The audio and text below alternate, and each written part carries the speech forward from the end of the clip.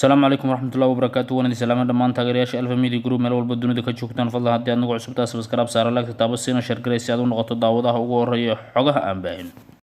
barnaamijkeena waxaan ku soo qaadan doonaa qiso aad iyo aad u xanuun badan oo ku dhacday wiil Soomaaliyeed ee ku nool wadanka Mareykanka. fariintan ayuu ka soo qoray xabsiga dhexdiisa. markii aan akhriyay fariintan ayaan waxaan jeclaystay inaan adinkana in la wadaago bal sida aad u ogaataan qisadiisa dhabta ah iyo wiilkan Soomaaliyeed waxyaabaha ku dhacay oo ah wax aad iyo aad u la yaab badan qof walba maqla ama akhriyana oo ka murugoon doono. waxayna u dhacaysaa sida tan. Assalaamu calaykum waraxmatullaahi wabarakaatuh. waxaan ahay wiil Soomaaliyeed kana soo jeeda gobolada waqooyi ee Somaliland, gaar ahaan magaalada Boorama. waxaan ku dhashay wadanka Imaaraadka Carabta. anigoo wax yar jira ayaa aabahay naga tagay. hooyaday ayaa isoo korisay aniga iyo gabadha iga yar. waxbarashadeedii waxaan ka bilaabay wadanka Imaaraadka Carabta. markaan heerka jaamacadda gaadhay ayuu aabahay ila soo xiriiray, ina ballan qaaday inuu garabkayga galayo, igana caawinayo wax walba oo aan aabahay uga baahdo. aniga iyo gabadhii ila dhalatay wuxuu noo kaxeeyay dalka Mareykanka. wuxuu isagu muddo 20 sano ah ku noolay wadanka Mareykanka. asagu wuxuu ka shaqeynayay ilaa iyo iminkana ka shaqeeya isla Mareykanka. markaanu joognay muddo kooban oo aanu ka badnayn 2 sano ayuu haddana naga tagay aabbo. asagoo dalka Mareykanka ku nool ayuu haddana naga xidhay meel walba oo aan kala xiriiri lahayn. nasiib darro, gabadhii iga yareed waxay qaadatay dhaqankii gaalada, waxayna la yeelatay asxaab Amerikaan ah. aniguna waxaan isku dayay inaan ku soo laabanno wadanka Imaaraadka Carabta oo ay ku nooleed hooyadeen, laakiin way iga diiday. kadib sidaas bay ugu nooshahay New York. hooyaday waan booqan jirnay. booqashadii aan booqano midii ugu dambeysay waxaan booqanay 2008 waxayna noqotay tii isku kaanya dambeysay. hal ficil oo aan maalin sameeyay anigoon ogeyn ayaa waxa ay noqotay rag cadaan ah oo aan jaar ahayn gobolka Minnesota muddo dhowr sano ah ayaa waxay soo xadeen kaar ah nooca bangiyada lacagta lagaga saarto. ayay ii bedeleen kaar aan anigu lahay. kadib kaarkaygii ayay qaateen anigoon hoosba u eegin kaarka aan rabo inaan lacagta la iiga saaro. ayay markiiba la igu yiri kaarkaani waa la soo xaday, adigaana soo xaday. kadib waaba la i xidhay. cid xagga familiga ka socoto oo ay garab istaagtay maxkamadda markii la isoo taagay ma jirto. aabahay waan u sheegay waxa jira, laakiin nasiib darro adiga halkaas isdhigay buu igu yiri. maalintii la i xidhay oo ay ka soo wareegtay 9 sano ilaa maanta waxaan ku jiraa jeel madow ah. taasi waxa iiga sii daran, bil ka hor ayaa la ii soo sheegay inay hooyaday geeriyootay. ma qabo rajo aan kaga bixi doono xabsiga, mana qabo rajo aan ahayn tan aan Ilaahay ka qabo. malihi cid caawisa oo aan Ilaahay ka ahayn. malihi aabba i garab istaaga, mana lihi hooyo maanta ii nool oo aan is odhan karo gacan bay ku siin kartaa. gabadha kaliya ayaa ila dhalatay, taasina waxay raacday gaalada. Ilaahay soo hadeeyo, cid kale ma lahan. aabahay wuxuu haystaa lacagta ugu badan ee ay haystaan dadka Soomaalida ee ku nool Amerika. dowladda ayuu u shaqeeyaa, wuxuu la socdaa oo saaxiib la yahay dumar cadaan ah. walaalayaal, haddaad rajo ka qabto oo aad maalin ku haminayso inaad darajo ka gaadho noloshaada, anigu maanta rajadeyda ugu weyn waxa weeyaan inuu Ilaahay iga saaro jeelka oo uu ii soo celiyo xorriyaddii aan ku noolay 9 sano ka hor. walaalkayga aqoonta leh ee maanta ku haminaya inuu madaxweyne noqdo ama wasiir noqdo, anigu maanta kaliya rajadeyda ugu weyn waxay tahay talow maalin xorriyadaadii ma lagu soo celin doonaa. walaalkayga muslimka ah waxa kaliya ee aad igu caawin karto maanta waa duco aad igu soo kaalmayso. walaalayaal, ii soo duceeyo inuu Ilaahay gaalada gacantooda iga soo furo. walaalo, haddii aad leedahay damiir damqanaya, iigu naxariiso islaamnimo, Soomaalinimo, walaaltinimo. walaalo, Ilaahay dartii si niyad ah sujuuda iigu soo duceeya. gacan iga awood badan baan gacanta ugu jiraa. ii soo duceeya. Ilaahay waxaan ka baryayaa inuu ii aqbalo ducada qof walba oo ii soo duceeya.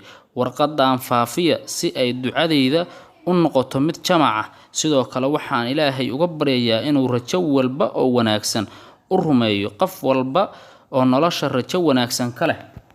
Walaal, waxaan kaa codsanayaa inaad warqadan u dirto asxaabtaada si ay iigu soo duceeyaan. Ilaahay dembigiina ha dhaafo qof kasta oo ii soo duceeya. Ilaahay ha kuu rumeeyo rajadaada iyo hamigaaga nololeed. Intaas ayay ku ekeed fariintii uu xabsiga dhexdiisa ka soo diray wiilkii Soomaaliyeed ee walaalkeen ahay. Maxaan ka baran karnaa qisooyinka noocaana?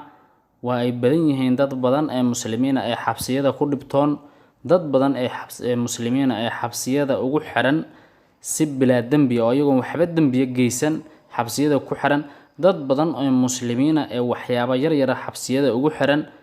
walaalkayga muslimka ah dadka muslimiinta ah waa dad isjecel, waa dad walaala, waa dad isku duceeye. walaalka haddaad u duceyso biri ajraad ka helaysaa, adigana biri markaad xanuunsato waa lagu soo duceynaa.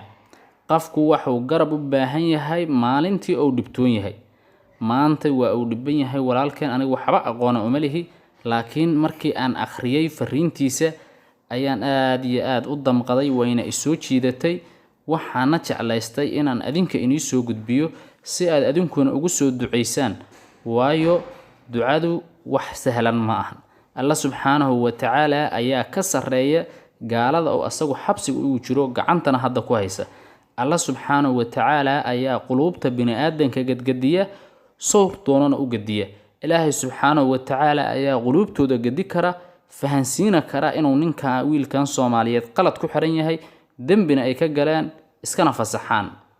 wuxuu fahansiin karaa Ilaahay subxaanahu wa tacaala inay ciqaabta ay marsiinayaan wiilkaani aysan ahayn mid uu mudan yahay, iskana cafiyaan ay xabsiga ka fasaxaan. kaligiis ma ahan, dad badan ee Soomaaliyeed iyo dad badan oo muslimiin ah oo intuba sidoo kale xaqdarro ugu xiran xabsiyada caalamka ayaa jirta.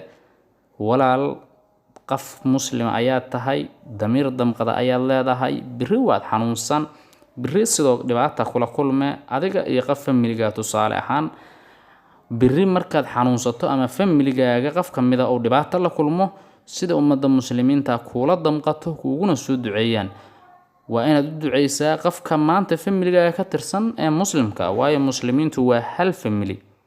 muslimiintu waa dadka isugu jecel, isugu naxariista, isku kaalmaysta. nabigu sallallahu alayhi wasallam wuxuu xadiisku leeyahay, qofkiin ima uusan rumayn ilaa waxa uu naftiisa la jecel yahay oo la jeclaado qofka walaalkiisa. maanta caafimaad inaan helno, mustaqbal wanaagsan inaan helno, wax walba wanaagsan inaan helno ayaan nafaheena la jecelnahay. waa inaan nafaha dadka kalena la jeclaanaa, walaalaheena wax wanaagsan sida ay ayaguba wanaagga noola jecel yihiin, waa inaan wanaagga u jeclaanaa. salaad walba dhexdeeda xilliyada sujuudda u duceeya dadka muslimiinta ah ee xanuunsan in Ilaahay subxaanahu wa tacaala uu caafiyo. inta xabsiyada ku jirta Ilaahay subxaanahu wa tacaala uu xabsiga ka saaro. markii kale oo waqti heshaan oo adinku aad duceysanaysaan, ducadii aad duceysanaysaan markaad dhammaysato, waalidka ay u duceyso, waxaad u duceysaa dadka muslimiinta ah. amuuraha dadka muslimiinta ah waa inaad ka fikirtaa, waayo dadka muslimiinta waa ka jasadil waaxid, hal jasad waay. walaalkeen Ilaahay waxaan uga baryaynaa si niyad qaalisa Ilaahay subxaanahu wa tacaala asaga awooda inuu Ilaahay subxaanahu wa tacaala xabsiga ka soo saaro. Ilaahay subxaanahu wa tacaala nolol mid ugu raaxada badan uguna wanaagsan Ilaahay subxaanahu wa tacaala kugu nooleeyo. walaasha aad gaalada ka raacday ee aad adigu xoogay aad ka damqatay ee kula xumaatay qaabka ay ku socoto, Ilaahay subxaanahu wa tacaala asaga ayaa wax xanuuniye. Ilaahay subxaanahu wa tacaala ha kuu soo hanuuniyo dariiqa saxdaana, Ilaahay subxaanahu wa tacaala ha ku toosiyo. aabbahaana si walba u xumaado waa uun aabe waa uun aabe, si walba u xumaado maalin inuu kuu soo noqon doono ayaan rajaynayaa. asagana waxaan hadduuna dhageyso doono ka codsanaynaa inuu wiilkiisa u noqdo garabna siiyo, waayo hooyadiis waa dhimatay, hooyo Allah u naxariisto. aabe adiga ayuu garabkaaga baahan yahay wiilkaagu.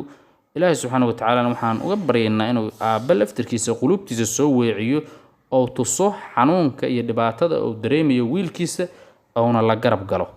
Ilaahay subxaanahu wa tacaala wuxuu ugu jecel yahay qof kale muslim oo dhibtoon dhibka uga gargaara.